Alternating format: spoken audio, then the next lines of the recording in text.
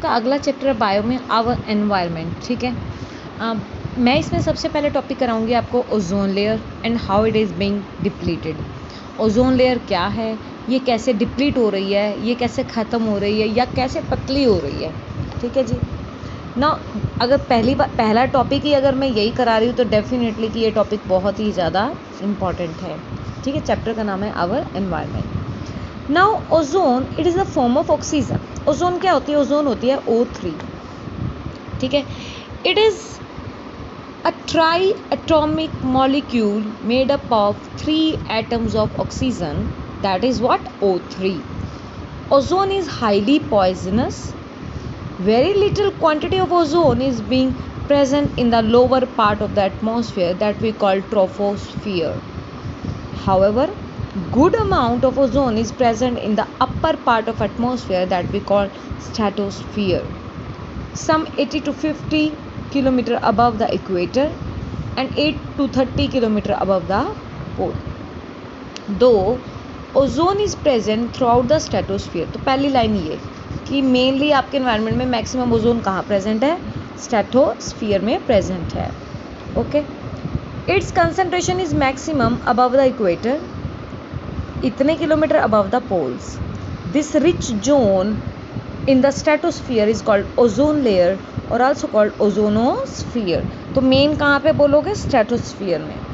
It is also called ozone shield. Why we called it shield? Shield क्योंकि हमें shield की तरह बचा रही है, किस चीज़ से? UV radiation से, ठीक है। Because this region intercept high energy UV radiation, UVC जिसकी वेवलेंथ इतनी है, UVB जिसकी वेवलेंथ 280 to 320 नैनोमीटर है। However, it allows low energy UV radiation, पर इस वेवलेंथ की रेडिएशन को ये अंदर आने UVA को आने दे सकती है, which reaches the earth surface, ठीक है जी, बात समझ आ गई। उसके बाद in the stratosphere ozone is being photo dissociated. Photo मतलब लाइट से वो डिसोसिएट हो जाती है and generate simultaneously by the absorption of harmful UV radiation coming from the sun. ये देखिए ओजोन हुआ, यूवी रेडिएशन सन से आई, फोटो डिसोशिएट हो गई, टूट गई और किस में बन गई? O2 और oxygen. This is your nascent oxygen. आप जो ऑक्सीजन को ऐसे दिखाते हैं ना, दिस इज़ नेसेंट ऑक्सीजन, मतलब फ्रेशली अभी अभी बनी है, क्योंकि ये ऑक्सीजन का एक एटम एटमॉस्फेयर में एग्जिस्ट नहीं करता।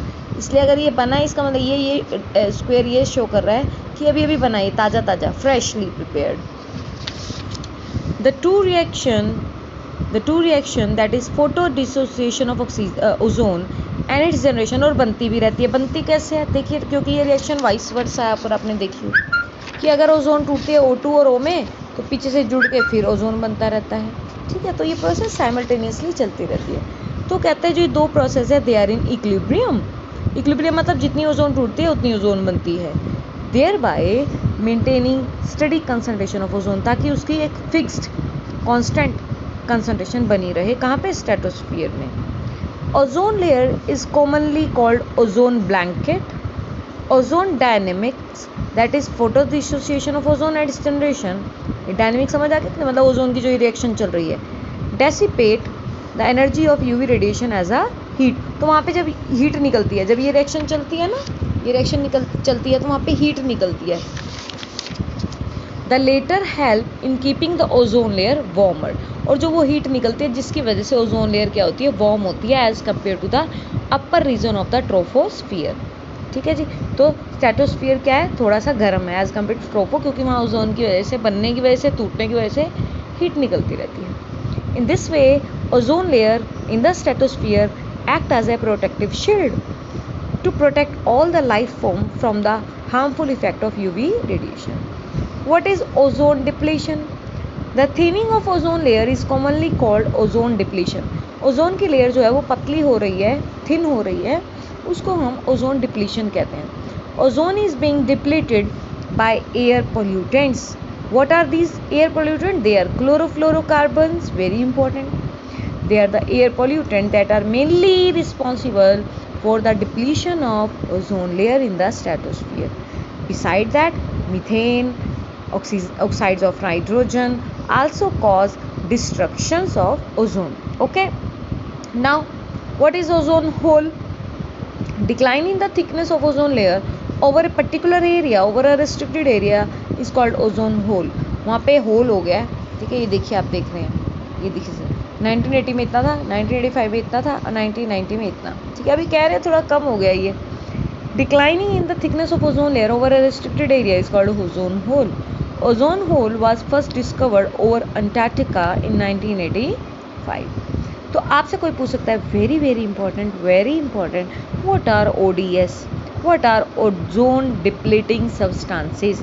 तो कौन से सब्सटेंस है जो ओजोन को डिप्लीट कर रहे हैं, ख़त्म कर रहे हैं, उनको हम ODS कहते हैं.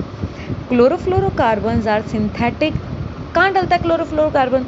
ये आपका रेफ्रिजरेंट है, ये आपका फ्रिज में, AC में, जो गैस में, उसमें डलता है. तो chlorofluorocarbons are synthetic harmful chemical which are widely used in refrigerators, fridge and AC as a coolant, in fire extinguishers, in aerosol sprayer and as a propellant. Propellant होता है जो फ्यूल एज हमें ऊपर जाते हैं ना, रॉकेट वगैरह में डलता है. वंस रिलीज, अगर ये एनवायरनमेंट में एक बार रिलीज हो जाए, these harmful chemical produce active chlorine. तो ये क्लोरीन प्रोड्यूस करता है, ठीक है. Also chlorous radicals in the presence of UV radiation. तो अगर ये क्लोरोफ्लोरोकार्बन एनवायरनमेंट में अगर रिलीज हो जाए तो उनके ऊपर UV रेडिएशन पड़ेगी, जिससे एक्टिव क्लोरीन को वो रिलीज करेंगे. एंड दीज रेडिकल्स दो chain reaction they destroy the ozone by converting it into the oxygen, ठीक है, और वो उसको ओजोन को तोड़ते रहेंगे. जो आपने पीछे रिएक्शन लिखी थी वो इंपॉर्टेंट है reaction. Due to this the ozone layer in the upper atmosphere becomes thinner and amount of atmospheric ozone is measured by Dobson spectrometer and is expressed in Dobson unit. This is the unit to measure the ozone thickness. तो ये important है, एक number का MCQ, Dobson unit. You will surprised to know that a single active chlorine convert 1 lakh molecule of ozone into the oxygen. एक कल्ला chlorine 1 lakh ozone को तोड़ देता है.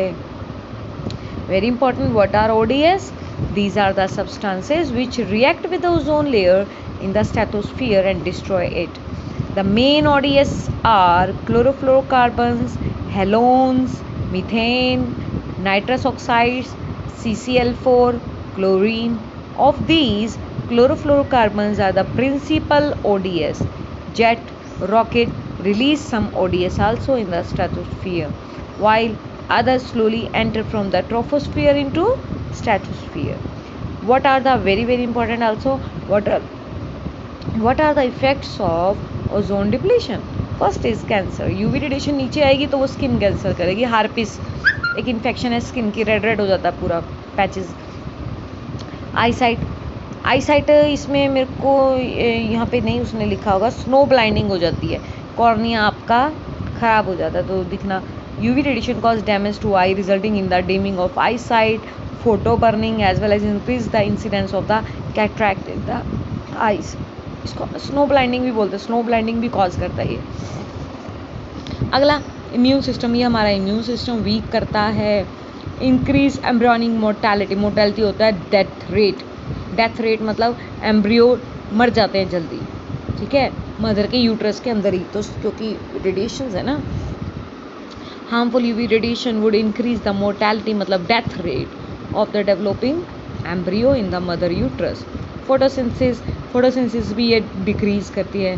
ग्लोबल वार्मिंग, क्योंकि टेम्परेचर बढ़ रहा है, decrease the photosynthetic would result in increase in the concentration of the CO2 and which result in the global warming.